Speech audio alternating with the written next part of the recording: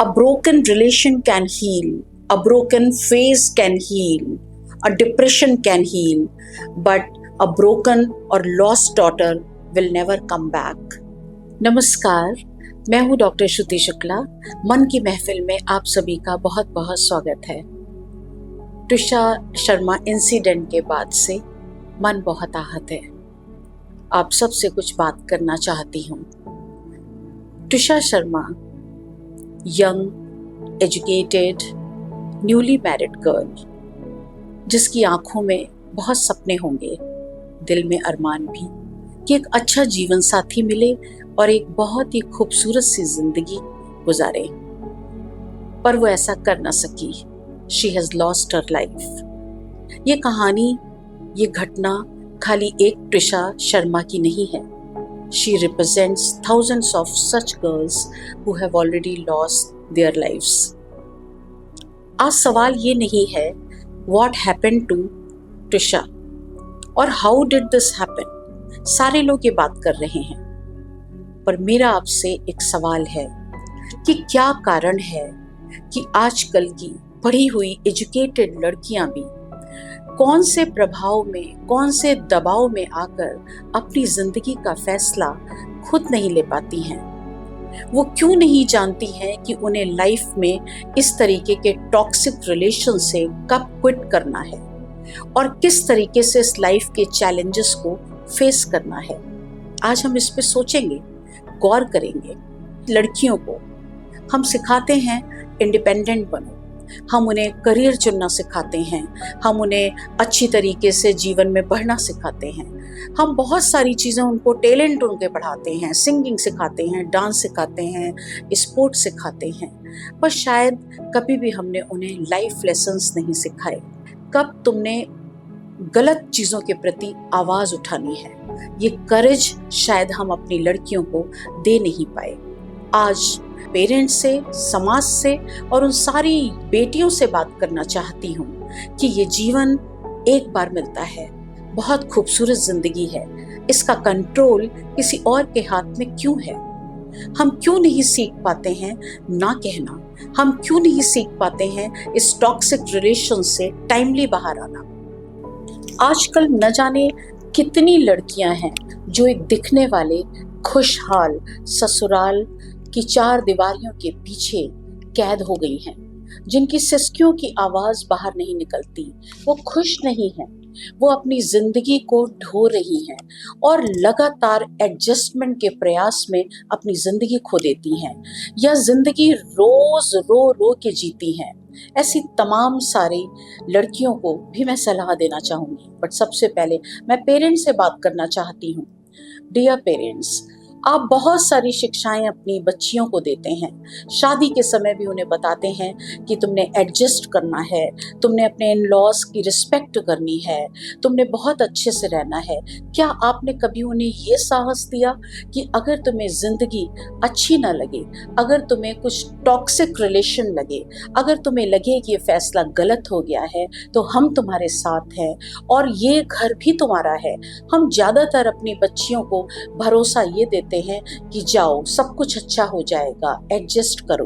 क्या हमने कभी ये भरोसा दिया अपनी लड़कियों को कि आज से तुम्हारे दो घर हैं और जब कभी भी तुम्हें ऐसा महसूस हो कि तुम्हें वापस जाना चाहिए तो ये घर के दरवाजे तुम्हारे लिए हमेशा खुले हैं। दोस्तों, एक पौधा भी अगर हम एक जगह से हटाकर दूसरी जगह इम्प्लांट करते हैं तो वो भी उसको फलने फूलने में समय लगता है, जब उसे सही मिट्टी मिले, सही पानी मिले, सही हवा मिले। यही हाल हमारी बेटियों का है। 24-25 साल तक हमारे घर में रहने के बाद हम उनकी शादी कर देते हैं और ये उम्मीद करते हैं कि वो 1 साल क्या कुछ महीनों में ही वो एडजस्ट कर लेंगी। उन्हें भी वो प्यार, वो अपनापन, वो बिलोंगिंगनेस चाहिए जो उन्हें ससुराल से, जो उन्हें इन लॉस से मिलनी चाहिए। ज्यादातर ये कहते हैं बेटियां पराया धन हैं। बच्चियां भी ये सुनते सुनते बड़ी होती हैं। मैं कहना चाहूंगी, न तो बेटियां पराई हैं और न वो कोई धन है। बहुत से पेरेंट्स ये कहते हैं, हमेशा ये बात कही जाती है कि अब तुम्हारी यहाँ से डोली उठ रही है, अब अर्थी तुम्हारे घर से ही उठेगी। ऐसा क्यों है? ये सोच क्यों है? ये कहाँ से इसकी शुरुआत हुई है और कौन इसको रोकेगा? ये रोकने वाले भी आप ही हैं। हम बच्चों को क्यों नहीं लाइफ लेसन्स देते हैं, हम क्यों नहीं उन्हें फाइनेंशियल इंडिपेंडेंस सिखाते हैं, हम क्यों नहीं उन्हें वो साहस देते हैं कि तुम जाओ एक जिंदगी एक आज़ाद पंछी की तरह व्यतीत करो। वैल्यूज से जरूर जुड़े रहो, पर अगर तुम्हारे आत्मसम्मान को ठेस पहुंचे तो तुम्हें नो कहना, क्विट करना भी आना चाहिए। और ये घर जो माता पिता का घर है वो हमेशा खुला रहेगा। ट्रिशा शर्मा के केस में जब वो बार बार फोन करती है अपनी माँ को, अपने पेरेंट्स को, शी वॉज नॉट हैप्पी, तो हमने डिले क्यों करी? क्यों नहीं जाकर उस बच्ची को वापस घर ले आए? बहुत सारे सवाल जहन में आते हैं। ये हम सब की जिम्मेदारी है। ये समाज में इस तरीके की जो घटनाएं हैं उन पे विराम लग सकता है अगर सारे पेरेंट्स खड़े हो जाएं। खास तौर पे मेरा ये मानना है कि अगर पेरेंट्स अपनी बच्चियों का हर कदम पे साथ दें तो जो साहस, जो कॉन्फिडेंस, जो भरोसा, जो उम्मीद मिलेगी एक बच्ची को, तो उसको इतना आत्मविश्वास आएगा कि वो सारी मुसीबतों को झेल लेगी। इसी तरीके से मैं अपनी बच्चियों को कहना चाहती हूँ कि तुम लोग जब भी शादी तुम्हारी होती है, नंबर 1 यू डिसाइड कि जहाँ पर डाउरी की डिमांड होती है, जहाँ पे ग्रीडी लोग नजर आते हैं, वहाँ पे शादी नहीं करनी है। दूसरी बात है financial independence. This is very very important. जब तक तुम कमाने लायक ना हो जाओ तुम शादी मत करना। ये हमारे समाज का दस्तूर है कि हमारी बेटे जब तक कमाते नहीं हैं वो ब्याहे नहीं जाते, और हमारी बेटियां जब कमा नहीं पाती हैं तो ब्याह दी जाती हैं। ये फर्क क्यों है इस समाज में? इस समाज के इस फर्क को मिटाने का काम भी बेटियां ही करेंगी, माएँ करेंगी, ये समाज करेगा, पर हम सब मिल के इस काम को करेंगे। दूसरी बात, अगर आपको लगता है कि आपकी मैरिज सक्सेसफुल नहीं है, आपने सोचा था कि आपको ऐसा जीवन साथी मिलेगा और वो आपका पार्टनर वैसा नहीं है, तो take decision immediately. Marriage is not everything, it is one of the aspects of life. ऐसा क्यों लगता है कि अगर एक मैरिज का फैसला गलत हो गया तो आप जिंदगी से हार जाओगे? अगर लड़की ट्राई करती है एडजस्टमेंट का तो लड़का भी ट्राई करे, पर इस तरीके का एडजस्टमेंट की जिंदगी हम खो दें, ये अच्छा नहीं है। ट्रिशा शर्मा के केस में या दीपिका का केस हो या तमाम सारी उन लड़कियों की जो रोज हम सुन रहे हैं, कोई घटनाएं ना होती अगर इनके माँ बाप साथ देते, अगर इन बच्चियों में ये कॉन्फिडेंस होता कि ये छोड़ देते ऐसे टॉक्सिक रिलेशन को, मीडिया के आगे बोलते, समाज के आगे बोलते और वो कॉन्फिडेंस रखते, तो तमाम उन बच्चियों को भी एक राह मिलती, एक कॉन्फिडेंस मिलता। मैं उम्मीद करती हूँ कि इसके बाद हमारे समाज में ट्रिशा शर्मा जैसी घटनाएं नहीं देखने को मिलेंगी। हर माँ एक मजबूत और एक कॉन्फिडेंट स्टेप लेगी, हर लड़की अपने आप में विश्वास रखेगी, मजबूत रहेगी, इकोनॉमिकली इंडिपेंडेंट रहेगी, आवाज़ उठाने का वो जज्बा उसके अंदर होगा। गलत को सहना नहीं है, ये साहस नहीं है।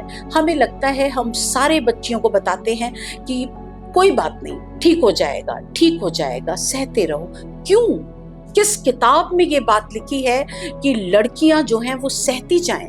और लड़कियों की शादी का मतलब तो आज हो गया है एक डाउटफुल सिचुएशन कि लड़की खुश रहेगी कि नहीं रहेगी। अगर वो खुश नहीं रहेगी तो उसको वहां पे सहना होगा, रहना होगा, क्योंकि उसके जीवन में ये उसको बार बार बताया गया है कि डोली एक बार जहां से उठ जाती है अब अर्थी ही ससुराल से निकलेगी। इस सोच को बदलना होगा। हम सब मिलके इस सोच को बदलेंगे। आज ट्रिशा शर्मा की मौत तमाम सारी लड़कियों को एक संदेश देगी कि हमें अपने अंदर करेज पैदा करना है, टॉक्सिक रिलेशंस को इमीडिएटली खत्म कर देना है और एक नई जिंदगी की शुरुआत करनी है। और ये सही मायने में कॉन्फिडेंस है, ये सही मायने में करेजियस होना है।